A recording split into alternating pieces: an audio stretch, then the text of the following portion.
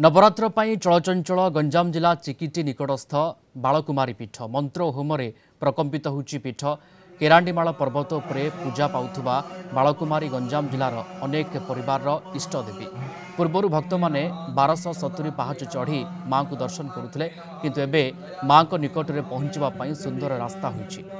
ए संपर्क में बालकुमारी पीठरू सूचना देउछन्ति आम ब्रह्मपुर रिपोर्टर रविंद्रनाथ डाकुआ। गंजाम जिलार प्रसिद्ध शक्तिपीठ मध्य माँ बालकुमारी अन्यतम।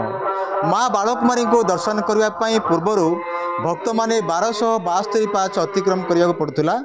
तेबे राज्य सरकार उद्यम एबे 4.5 किलोमीटर रास्ता अत्यंत सुंदर भाव तैयारी होइछि एवं ता संग को 228 पाहाच एमिति अतिक्रम कला परे माँ को शिखर को जाई माँ को दर्शन करियबो।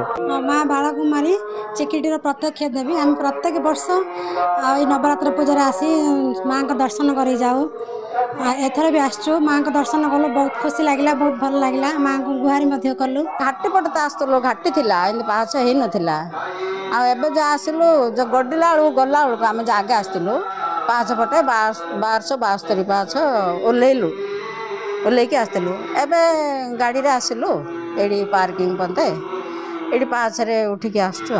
बालकुमारी को दर्शन सारी मु फेरुची रास्ता घाट सबु प्रकार बहुत नीट एंड क्लीन रखिछन्ति स्थानीय लोक माने हो किंबा प्रशासन हो रास्ता पूरा रास्ता पाखापाखि सबू अच्छी मु गाड़ी रे आसला बेले ड्राइवर को भी कहूली बहुत भल होइछि माँकर पूजा भी भलरे चली। पर्वत शिखर पहुँचवा पर माँ बालकुमारी को दर्शन करी हुए तेबे नवरात्र रे भक्तों ये समागम हुए।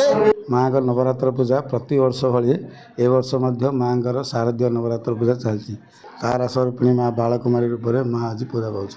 आम जिते दायित्व नेलु 1997 मसीह से आम 1272 पाहाच चलिकी बहुत कष्ट आसलु भक्त मैंने भी आसुले से हिसाब से आसिक आम पूजा करूँ कि 2018 मसीह रास्तार काम हो गला जो रोड हो गला रोड है आंध्र ओडिशा बहुत भक्त आसुच्च माँ को दर्शन करने माँ नवरात्र पूजा जमी गहली होची वर्ष सारा सेमती माँ का पाखे भिड़ हो। नवरात्रि के दर्शन के लिए आए हैं, बहुत अच्छा दर्शन हुआ, बहुत शांति लगी, सभी आए और माँ का दर्शन करें। एक्चुअली ये माता का कृपा है कि यहाँ पे हम लोग आ पाए।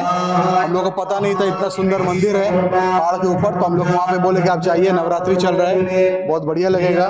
यहाँ पे आए बहुत ही मन को शांति मिला है, माँ का बहुत बढ़िया दर्शन हुआ है। गंजाम जिलार अन्यतम शक्तिपीठ परी बालकुमारी पीठ चलचंचल होइछे नवरात्र समय एवं भक्त आसी दर्शन करुछंती माँ को दर्शन करने सहित यही पर्यटन स्थल मनभरी उपभोग करुछंती। गंजाम जिला बालकुमारी पीठ रविंद्र डाकुआ कलिंग टीवी।